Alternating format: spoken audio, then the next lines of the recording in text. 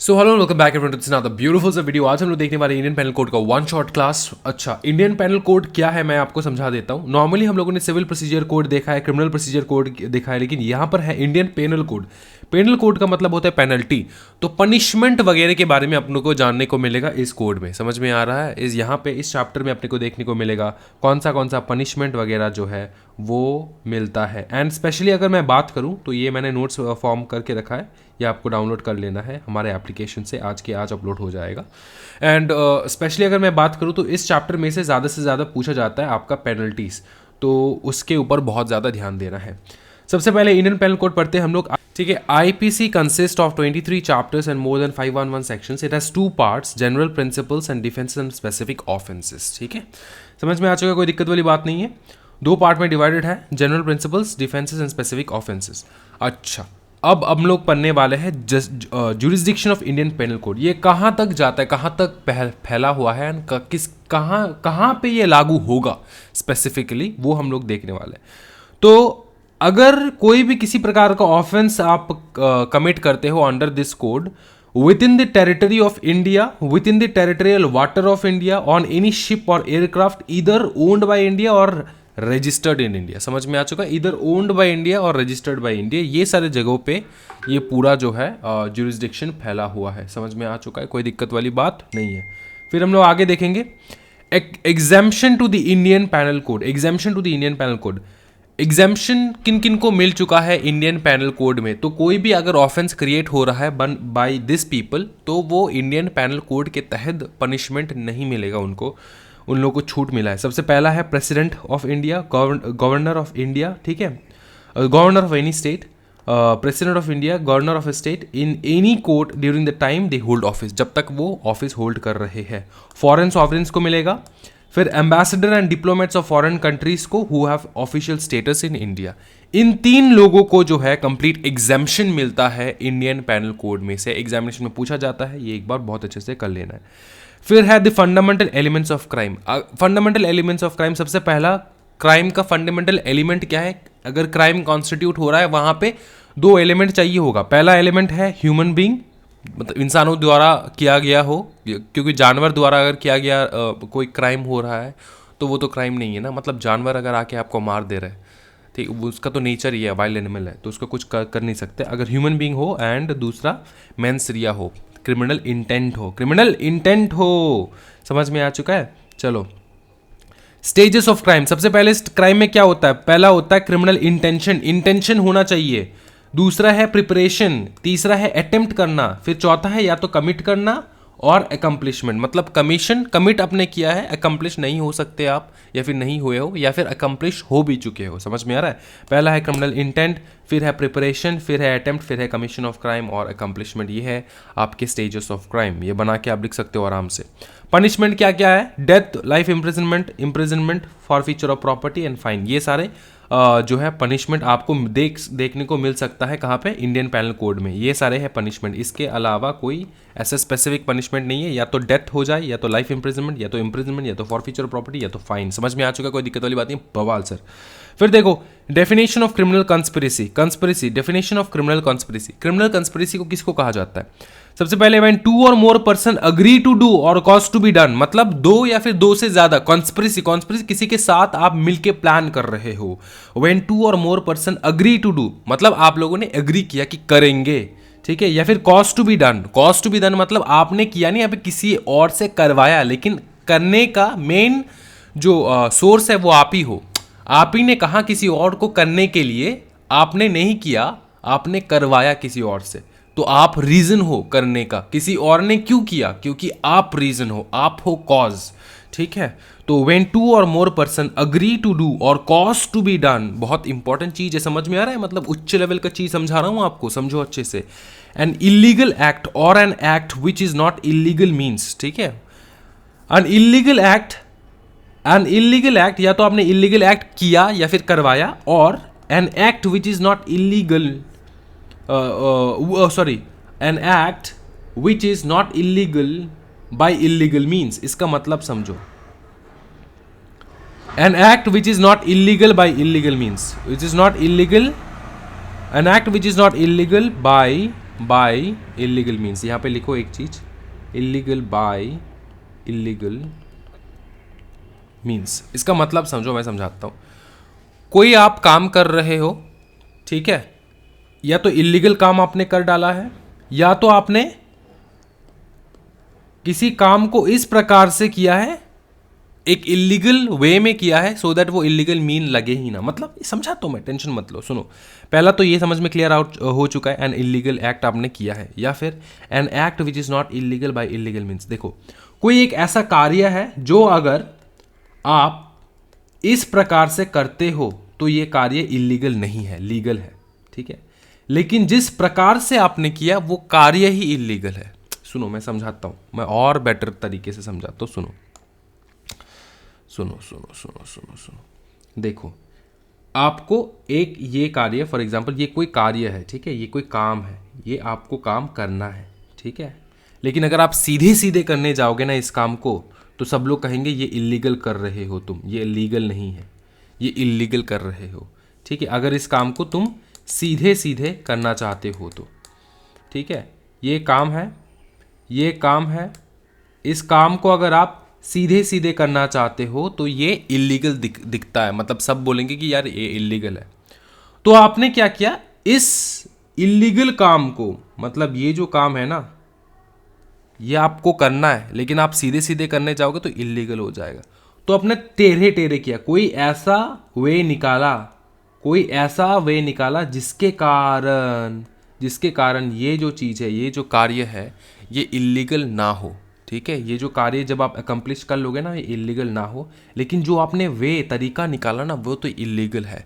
मैं एग्जाम्पल के तौर में समझाऊं, एग्जाम्पल के तौर पे समझाता हूँ। सुनो, आपने अपने फॉर एग्जाम्पल, चलो आप ना बहुत एक शैतान बच्चा हो, ठीक है। आपके मम्मी पापा के पास प्रॉपर्टी है बहुत सारा, आपको चाहिए वो प्रॉपर्टी, ठीक है। अब सीधे सीधे मम्मी पापा से अगर प्रॉपर्टी मांगोगे तो वो तो देंगे नहीं, ठीक है। आप हो शैतान, मतलब शैतान का बच्चा, आप चाहते हो कि मम्मी पापा जल्द से जल्द टपक जाए एंड आपको प्रॉपर्टी मिल जाए, ठीक है। ये सीधा सीधा वे है, got it. Otherwise mummy papa अगर टपक नहीं रहे हैं तो आपको प्रॉपर्टी नहीं मिलने वाला, ठीक है। ये बहुत ईवल सा मैं एग्जाम्पल ले रहा हूँ, मम्मी पापा छोड़ देते, यार मेरे को खुद पसंद नहीं आ रहा ये एग्जाम्पल। एग्जाम्पल लेते दादाजी के पास प्रॉपर्टी है, आपको चाहिए दादाजी का प्रॉपर्टी, दादाजी, ठीक है। तो आप चाहते हो कि यार दादाजी टपक जाए, जैसे दादाजी टपक जाते हैं फिर प्रॉपर्टी आपके हाथ में जो है वो आ जाएगा, ठीक है। लेकिन दादाजी तो टपक नहीं रहे, है ना। तो दादाजी से प्रॉपर्टी को कैसे लेना है? हाँ जी, एक तो दादाजी को टपका दे, अगर दादाजी को आप टपका दे रहे हो, ठीक है, फोर्स कर रहे हो, या फिर जाके आप दादाजी को बोल रहे हो कि दादाजी प्रॉपर्टी मेरे को दे दो, जोर जबरदस्ती कर रहे हो, तो ये तो इलीगल है ना, ये तो इलीगल है। ये तो आप सीधा सीधा अगर करने जाओगे, सीधा सीधा कैसे करना है, दादाजी से झगड़ा करके एंड ऑल दिस, तो इलीगल है, ठीक है। प्रॉपर्टी आपको नहीं मिलने वाला, एंड आप कंपेल कर रहे हो दादाजी को प्रॉपर्टी आपको दे दे, आप हैरास कर रहे हो, तो ये सारे चीज़ें जो है इलीगल है, ठीक है। तो आपको प्रॉपर्टी लीगली चाहिए आपके पास। आपने क्या किया, आपने जो है दादाजी को पार्क में लेकर गए, ठीक है, पार्क में लेकर गए, किसी दूसरे बंदे को सुपारी दी एंड कहा कि भैया दादाजी को लेकर चले जाओ, या फिर टपका दो, या फिर कुछ भी कर दो, ठीक है, सो दैट प्रॉपर्टी मेरे हाथ में आ जाए, ठीक है। तो अब सीधे सीधे करने जाओगे तो वो तो प्रॉपर्टी आपके पास मिलेगा नहीं, तो आपने तेरे तेरे किया, तो दादाजी टपक गए एंड लीगली प्रॉपर्टी आपके पास आ गया, ठीक है। अब सुनो, लीगली तो दिख रहा है कि यार दादाजी टपक गए एंड फिर प्रॉपर्टी आपके पास आया, लेकिन आपने जो वे चूज़ किया, ठीक है, वो तो इलीगल है ना। लीगली प्रॉपर्टी आपके पास आ चुका है, वाई एन इलीगल वे। तो लीगली अच्छे से देखो, लीगली ये प्रॉपर्टी जो है आपके पास आ चुका है बाय एन इलीगल वे, ठीक है ना। तो N act which is not illegal, property आपके पास आना ये इलीगल नहीं है, ये लीगल है। बाय इलीगल मीन्स, ठीक है, समझ में आ रहा है, प्रॉपर्टी आपके पास आ रहा है वो इलीगल नहीं है, वो लीगल ही है। प्रॉपर्टी आप ही के पास आ रहा है, ये लीगल है, लेकिन बाय इलीगल मीन्स, समझ में आ चुका है, कोई दिक्कत वाली बात नहीं है। तो ये सारा चीज़ क्रिमिनल कंस्पिरेसी के अंदर आएगा, समझ में आ चुका है। आपने क्रिमिनल इंटेंशन से क्रिमिनल कंस्पिरेसी किया, समझ में आ चुका है, कोई दिक्कत वाली बात नहीं है। Such an agreement is designated a criminal conspiracy, ये एक प्रकार का अग्रीमेंट है जो आपने दूसरे लोगों के साथ किया है एंड देन दिस हैपेंड, ठीक है, तो इसको कहा जाएगा क्रिमिनल कॉन्स्पिरेसी। फिर पनिशमेंट ऑफ क्रिमिनल कंस्पिरेसी, क्या क्या पनिशमेंट है, एक तो डेथ हो सकता है, लाइफ इंप्रिजनमेंट हो सकता है, रिग्रेस इंप्रिजनमेंट फॉर 2 years हो सकते हैं, ये सारा चीज़ हो ही सकता है, कोई दिक्कत वाली बात नहीं है। फिर है dishonest miss appropriation of property, ये क्या है, dishonest miss appropriation of property में आ जाएगा कि whoever dishonestly misappropriates or converts to his own use any movable property। So next topic है अपना dishonest miss appropriation of property. Dishonest miss appropriation of property का मतलब होता है किसी और प्रॉपर्टी को अपना खुद का समझ लेना, ठीक है। देखो, whoever dishonestly misappropriates or converts to his own use any movable property, कोई भी मूवेबल प्रॉपर्टी किसी और का है लेकिन आप डिसऑनेस्टली वो बता रहे हो कि यार ये तो मेरा है, ये तो मेरा प्रॉपर्टी है, ठीक है, ये मेरा प्रॉपर्टी है, विश्वास करो ये जो गाड़ी है ना ये मेरा है, तो dishonestly misappropriates or converts to his own use any movable property, उसके लिए आपको सज़ा होगा 2 साल का, फाइन और बोथ, ठीक है। फिर है criminal breach of trust. Criminal breach of trust के एसेंशियल इंग्रेडिएंट्स क्या है, अगर मैं कहूँ कि क्रिमिनल ब्रीच ऑफ ट्रस्ट हुआ है तो कैसे होता है। Number 1, entrusted with the property और विद डोमिनेशन ओवर इट, जो प्रॉपर्टी है उसके वो किसी ने आपको एंट्रस्ट किया हुआ है विद द प्रॉपर्टी, मतलब मैंने आपको बताया कि इस प्रॉपर्टी को देखभाल कर, एंट्रस्टेड विद द प्रॉपर्टी और विद डोमिनेशन ओवर इट, देखभाल कर मतलब ऑब्वियसली डोमिनेशन है आपका इस प्रॉपर्टी के ऊपर, मैंने ट्रस्ट करके आपको बताया था प्रॉपर्टी को, तू इस प्रॉपर्टी को देख कर रख, मैं 1 साल के लिए बाहर जा रहा हूँ। मस्ट यूज दैट प्रॉपर्टी, आपने यूज़ किया प्रॉपर्टी को, डिसऑनेस्टली यूज और dispose of that property of any direction of any legal contract, और जब तक मैं बाहर था तब तक आप इस प्रॉपर्टी को अपने नाम पे कर लिए, ठीक है। तो डिसऑनेस्टली यूज और dispose of that property of any direction of any legal contract, समझ में आ रहा है, तो वो है क्रिमिनल ब्रीच ऑफ ट्रस्ट, ये एसेंशियल इंग्रेडिएंट्स है, इसका इम्प्रिजनमेंट होगा 3 साल और बोथ का जेल। समझ में आ चुका है, कोई दिक्कत वाली बात नहीं है सर, आगे बढ़िए। अच्छा आगे हम लोग मैं लिखवाऊंगा, ठीक है, टेंशन मत लो। नेक्स्ट आता है आपका चीटिंग, ठीक है, नेक्स्ट आता है आपका एक्चुअल में चीटिंग। चीटिंग किसको कहा जाता है, देखो फटाफट, चीटिंग में आता है मेन इंग्रेडिएंट्स क्या है, देखो पहला तो ये समझ में आ चुका है चीटिंग का मतलब होता है किसी को डिसेप्शन, मतलब किसी को चीट करना, एक प्रकार का झूठा भरोसा दिलाना, ठीक है, ऑफ एनी पर्सन। नंबर 2 है फ्रॉडलेंटली और डिसऑनेस्टली इंड्यूसिंग दैट पर्सन, आपने इंड्यूस किया उस पर्सन को एक कोई कार्य करने के लिए, क्या कार्य, या तो आपने उसको ऐसा मतलब जो है मोटिवेट किया कि वो डिलीवर कर दिया अपने प्रॉपर्टी को कोई किसी दूसरे इंसान को, या फिर उसने कंसेंट दे दिया कि कोई दूसरा इंसान जो है मेरे इस प्रॉपर्टी को रिटेन कर सकता है, ठीक है, आपने उसको झूठा भरोसा दिला के ये कार्य करवाया, डिसेप्शन किया, चीट किया उसको, ठीक है। फिर बी में आता है कि intentionally inducing that person to do और omit to do anything which he would not do और omit if he was not so deceived, मतलब आपने उसको कुछ कार्य करने के लिए इंटेंशनली भड़काया, या फिर कुछ कार्य जो उसको करना था वो ना करने के लिए भड़काया। अगर आपने इसको डिसीव नहीं किए होते तो ये बंदा ये कार्य करता या फिर नहीं करता अपनी मर्जी से, लेकिन वो अपनी मर्जी से नहीं किया, ठीक है, क्योंकि आपने उसको डिसीव किया इसीलिए वो कार्य उसने किया। समझ में आ रहा है, ठीक है। अगर आप नहीं करते तो वो नहीं करता, ठीक है। He were not so deceived, he would not do और omit if he were not so deceived, अगर वो नहीं करता वो चीज़ अगर आपने उसको डिसीव नहीं किए होते तो, ठीक है। तो इसको कहा जाता है आपका चीटिंग। अब इसमें आपका जो है पनिशमेंट लगता है, पनिशमेंट लिख लो फटाफट। हाँ जी, 1 year तक का जेल हो सकता है, 1 year इम्प्रिजनमेंट और फाइन और बोथ, ठीक है, इस बात का ध्यान रखना है। नेक्स्ट है आपका फ्रॉजरी, क्या बताओ, फ्रॉजरी, FROGERY, फ्रॉजरी, ठीक है। फ्रॉजरी में आपको समझना है ये क्या है, ये सिर्फ एक ही चीज़ है, मेक्स, इसका पनिशमेंट है आपका 2 साल का सज़ा, 2 year इम्प्रिजनमेंट और फाइन और बोथ, ठीक है, इस बात का ध्यान रखना है। नेक्स्ट है आप अपना टॉपिक है वो है डिफेमेशन, क्या बताओ, डिफेमेशन, डिफेमेशन है टॉपिक, इसको लिख देता हूँ अच्छे से, 1 सेकंड, डिफेमेशन, ठीक है, डिफेमेशन है टॉपिक,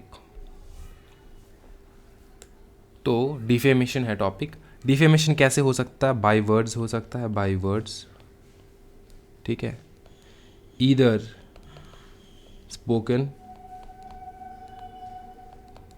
intended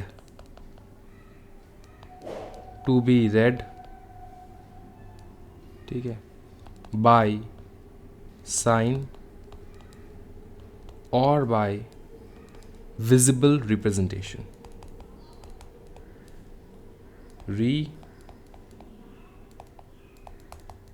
visible representation, ठीक है।